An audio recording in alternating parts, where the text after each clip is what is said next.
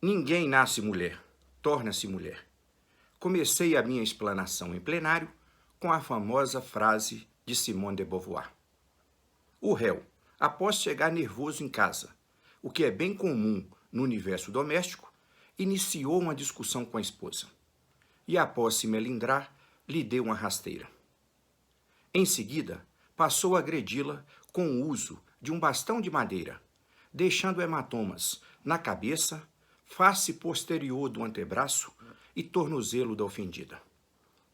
A filha, de 4 anos, chorava ao ver o sapato do agressor sobre o tórax da vítima. Esbaforida, gritava: "Papai, por favor, não mata minha mãe." Ao perceber, em um cálculo exclusivamente utilitarista, que os vizinhos poderiam chamar a polícia, ele fugiu para escapar do flagrante. Na denúncia, relatou-se bem o feminicídio. Aquela era a 3ª ou 4ª vez que o réu chegava embriagado em casa e, se prevalecendo das relações domésticas, espancava a vítima. Em plenário, teria que inverter a ordem usualmente utilizada nos debates. Como o direito é uma disciplina que amolda os casos particulares a uma regra geral e abstrata que é a lei, o normal é que as partes, em um primeiro momento, procurem provar os fatos e só depois peçam a aplicação da lei. De início, deixei claro que o feminicídio não se aplica a toda a situação em que uma mulher é agredida. Mas, naquele contexto, enfatizei: as condições de inferioridade feminina, construídas ao longo da história, estavam presentes de corpo e alma. Em seguida, com o livro O Segundo Sexo, de Simone de Beauvoir em mãos, mostrei que as subjugações das mulheres e as privações dos seus direitos foram a matéria-prima do sistema patriarcal. A escritora lamenta que, em um mundo que sempre pertenceu aos machos, as mulheres tenham sido tão aviltadas. O conceito de feminicídio é mais social do que biológico. A ideologia de gênero significa atribuir funções a homens e mulheres, mas enquanto os primeiros assumiram o papel de donos do poder, as mulheres raramente conseguiam ultrapassar o limite das obrigações domésticas. E é natural que, depois de serem rebaixadas em suas estaturas jurídicas, elas se vissem à mercê de toda sorte de caprichos e aviltamentos. Segui com a leitura do livro de Simone de Beauvoir, que naquele júri me serviu de referência principal. Abre aspas para a grande escritora existencialista. Na época em que o gênero humano se eleva até a redação escrita de suas mitologias e suas leis, o patriarcado se acha definitivamente estabelecido. São os homens que compõem os códigos. É natural que deem à mulher uma situação subordinada. As leis de Manu definem-na como um ser vil que convém manter escravizado. As leis de Solon não lhe conferem nenhum direito. O Código Romano a coloca sob tutela e proclama sua imbecilidade. A mulher se coisifica. Quando nascia, já estava sob a completa autoridade do pai, e esse controle apenas mudava de mãos pelo casamento. Havia um enfadonho intercâmbio de senhorios, e esse segundo dono tinha até mais poderes do que o primeiro para sujeitá-las a todas as suas vontades e reprimi-las, quando bem entendessem. No direito medieval, então, a desqualificação da mulher chegou a níveis alarmantes. Vê-se que o esposo tratava sem nenhuma consideração a mulher que recebera de presente. Maltratava, esbofeteava, arrastava pelos cabelos, batia-lhe. Essa civilização guerreira não tinha senão desprezo pela mulher, O cavaleiro não se interessa por elas. Seu cavalo parece-lhe um tesouro de bem maior valor. Ao longo da história, as opiniões sobre o segundo sexo continuam as piores possíveis. São Tomás diz que a mulher é um ser ocasional incompleto, uma espécie de homem falhado. Para Augusto Comte, a feminilidade é uma espécie de infância contínua que afasta a mulher do tipo ideal da raça. No Brasil, as condições não fugiram à regra geral. Consta do livro Nova História das Mulheres no Brasil. O Código Filipino, que vigorou de 1580 até o início do século XIX, permitia que o marido matasse a mulher adúltera. Também era facultado aos homens o enclausuramento forçado das esposas e filhas. E Simone de Beauvoir ainda ressalta: e se o direito de fazer justiça com as próprias mãos foi abolido desde Augusto, o Código Napoleão acena com a indulgência do júri para o marido justiceiro. Após a Primeira Guerra Mundial e uma luta ferrenha das mulheres, as restrições começam a ser afrouxadas. Mas a luta continua árdua e cheia de percalços. No Brasil, até 1962, a mulher casada era relativamente incapaz e necessitava da autorização do marido para todo o ato da vida civil. Em 1988, com o chamado Lobby do Batom, as feministas conseguiram que, pela primeira vez na história, constasse de uma Constituição brasileira que homens e mulheres são iguais em direitos e deveres. Paralela à luta pela conquista dos direitos políticos, permanece a luta contra a violência doméstica. Muitas esposas continuam apanhando caladas por motivos que vão desde a educação dos filhos até questões financeiras. Em 2003, a Rede Globo de televisão transmitiu a novela Mulheres Apaixonadas, em que o personagem Marcos, encenado por Dan Stubble, espancava a esposa Raquel, Helena Ranaldi, com o uso de uma raquete de tênis. A vítima se mostrou indignada ao descobrir que o agressor se livrou do processo mediante o pagamento de apenas uma cesta básica.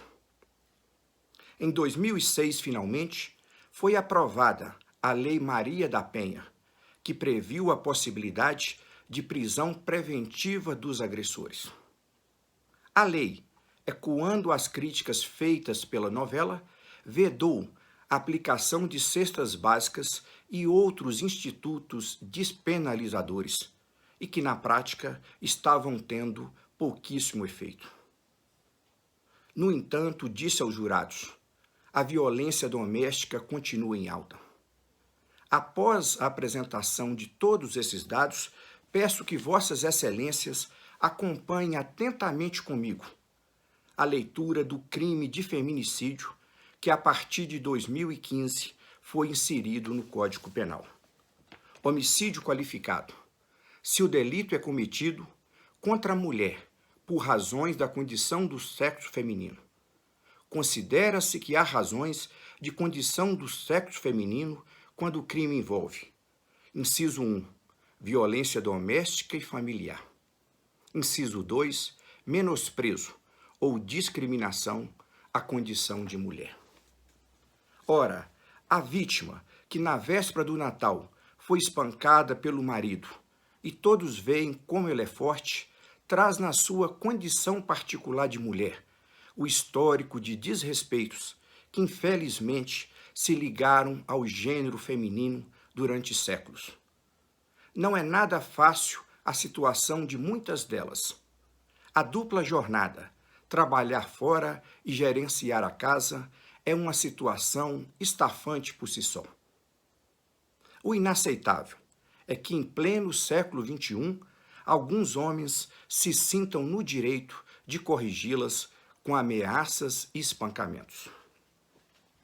Neste momento, mencionei a filosofia de Immanuel Kant, que valoriza, sobretudo, o conceito de liberdade. Para o grande pensador iluminista, a pessoa tem um fim em si mesma e não pode nunca ser um meio para a consecução de outros fins.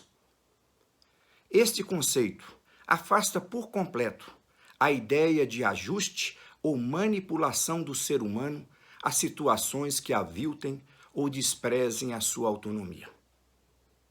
Portanto, a mulher tem que ser vista como alguém que possui a plena e total liberdade, tanto para escolher seu parceiro, quanto para colocar um ponto final em uma relação afetiva que não mais lhe interesse.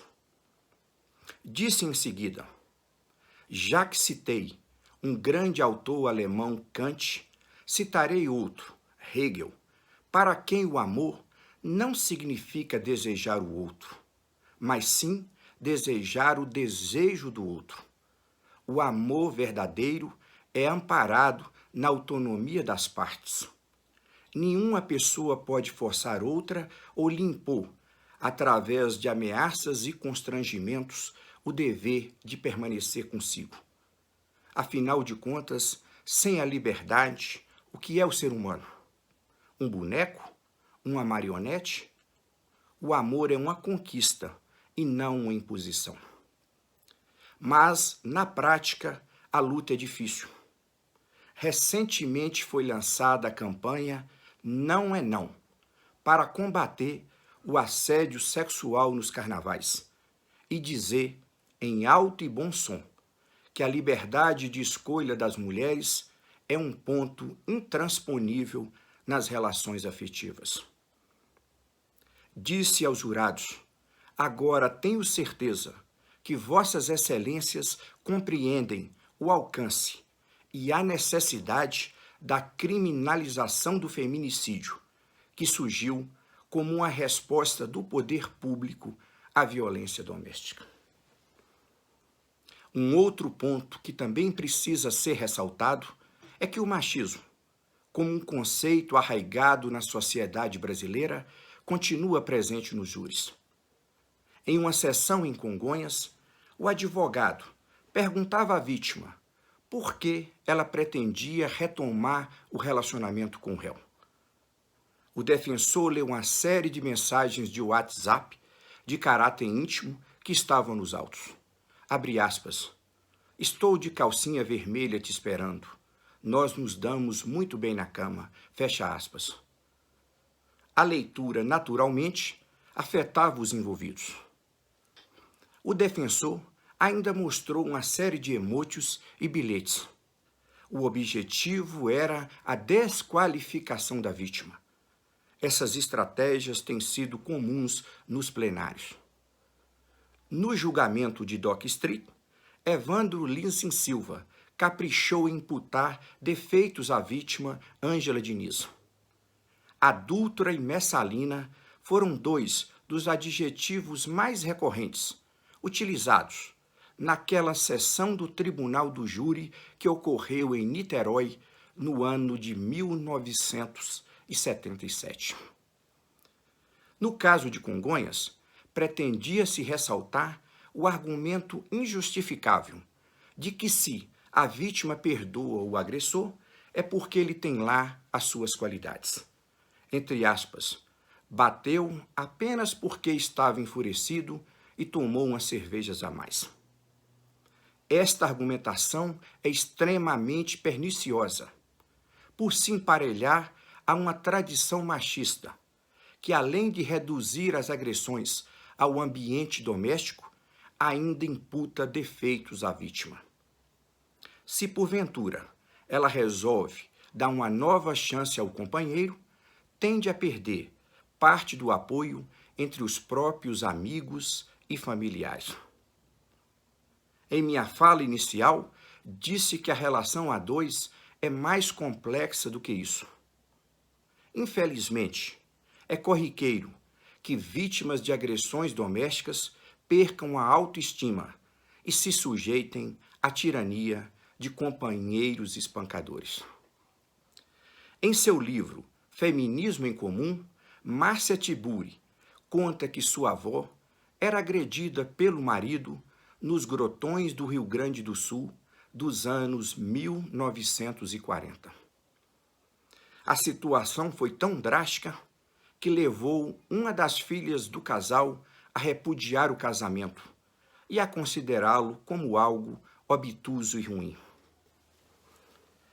Na verdade, como o conceito de feminicídio é relativamente novo no Brasil, as interpretações ainda não se firmaram.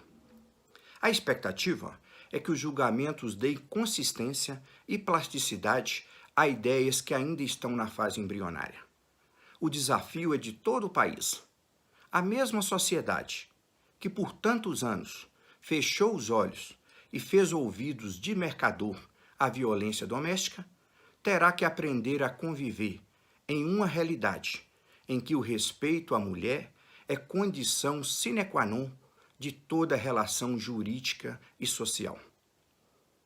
Apesar de esses princípios em tese terem um alto índice de receptividade, na prática as coisas não são tão fáceis. Em um júri que participei em Ouro Preto, o advogado fez um muxoxo com os lábios e em seguida arrematou: qual é mesma essa nova definição de mulher trazida pelo Código Penal? Sinceramente não sei, disse ele com os braços abertos. Agora, de rotina, os defensores terão uma preocupação adicional com as qualificadoras. A preocupação, quase tão imediata quanto a da ocorrência dos fatos, é de mostrar que a vítima não se enquadra na condição do sexo feminino e, assim, livrar o acusado de iniciar o cumprimento de pena em regime fechado. Os advogados, na impossibilidade de dispensarem a lei, tentarão restringir ao máximo o alcance de termos abertos ou normativos como violência doméstica e discriminação da mulher. No fundo, a interpretação é a pedra de toque de todo e qualquer processo.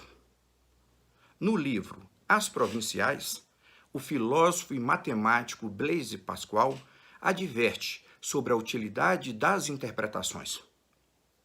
Ele tratava com ironia a posição de alguns religiosos que, a seu ver, sempre tinham uma justificativa para qualquer disparate. Abre aspas.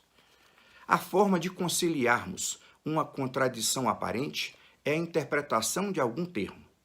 Por exemplo, o Papa Gregório XIV declarou que os assassinos são indignos de receber o asilo das igrejas e delas devem ser expulsos. Mas alguns religiosos entendem por assassinos apenas aqueles que recebem dinheiro para matar alguém à traição. De onde se segue que aqueles que matam sem receber nenhum prêmio, mas só para ajudar os amigos, não são chamados assassinos. Do mesmo modo, disse no Evangelho: dai a esmola de vosso supérfluo. Vários casuístas, porém, encontraram um jeito de exonerar as pessoas mais ricas da obrigação de dar esmola. Isso também lhe parece contrário, mas é fácil mostrar o acordo, interpretando a palavra supérfluo, de modo que não acontece quase nunca que alguém o tenha. E foi o que fez o Douto Vasques em seu Tratado da Esmola. O que as pessoas da alta sociedade guardam para melhorar sua condição e a de seus parentes não é chamado de supérfluo. E por isso é raro encontrar algo de supérfluo nas pessoas de alta sociedade e até mesmo nos reis. Com isso, você pode ver a utilidade das interpretações. Fecha aspas. Essa mesma linha de raciocínio se aplica aos processos penais, já que a lei depende, sobretudo, da forma como o Poder Judiciário a interpreta e dispõe. No júri de Ouro Preto, o advogado contestou a qualificadora da surpresa, ou recurso que dificultou ou impossibilitou a defesa da vítima. Ele disse que a esposa saiu acompanhando o ex-companheiro até a porta e o azucrinando. O advogado insistia. Qual seria propriamente a surpresa, se o disparo foi antecedido de uma áspera discussão entre eles. Após a fala do defensor, percebi que a recusa ou aceitação da qualificadora ali dependia diretamente dos papéis que atribuímos a homens e mulheres. Disse aos jurados: ora, para descartarmos a qualificadora da surpresa ou recurso que impossibilitou a defesa da vítima, teremos que supor que é normal e até exigível que as mulheres imaginem que seus ex-companheiros estejam armados e que, em determinadas situações, possam alvejá-las com arma de fogo. Isto é absolutamente incabível. Expliquei aos jurados que a jurisprudência mencionada pelo advogado não possuía qualquer relação com o contexto dos autos. O feminicídio foi construído exatamente para fornecer paridade jurídica a relações que, na prática, apresentam uma desconformidade gritante em desfavor das mulheres. Se uma mulher discute com um ex-companheiro, isso de forma alguma pode eliminar o espanto diante da utilização de uma arma de fogo. Aliás, o fato de alguém sacar repentinamente um revólver, ao invés de indicar algo rotineiro, deveria sempre ser visto como surpresa. E isto por dois motivos. Primeiro, o réu não possui autorização para andar armado. Aliás, o porte ilegal de arma, como o próprio nome já o diz, é crime, com pena prevista de 2 a 4 anos de reclusão. É preciso deixar clara a diferença entre normalidade, que é um conceito valorativo, e incidência. O fato de ocorrerem muitos crimes no Brasil não os tornam normais, absolutamente, mas apenas mostra que esses números são vergonhosamente excessivos.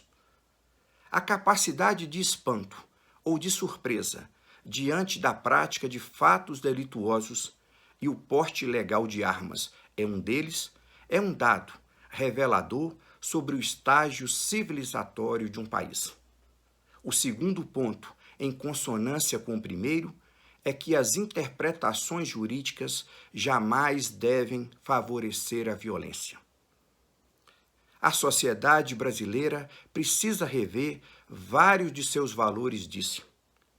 Em qualquer delito, mesmo que não seja um feminicídio, uma discussão anterior não deveria ser motivo para aplainar ou diminuir a surpresa diante da utilização superveniente de uma arma de fogo.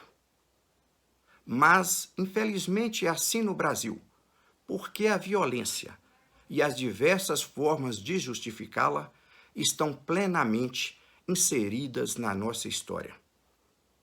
Disse aos jurados: senhores e senhoras, tudo aqui depende do que considerarmos normal. Talvez há 5 ou 6 décadas atrás, em razão do atraso sociológico, o machismo ainda tentasse uma justificação esdrúxula para a truculência. Mas hoje, a igualdade de gêneros fornece outros parâmetros para compreendermos a violência doméstica. Após uma pausa calculada, acrescentei: o júri deve ser um veículo de combate às injustiças.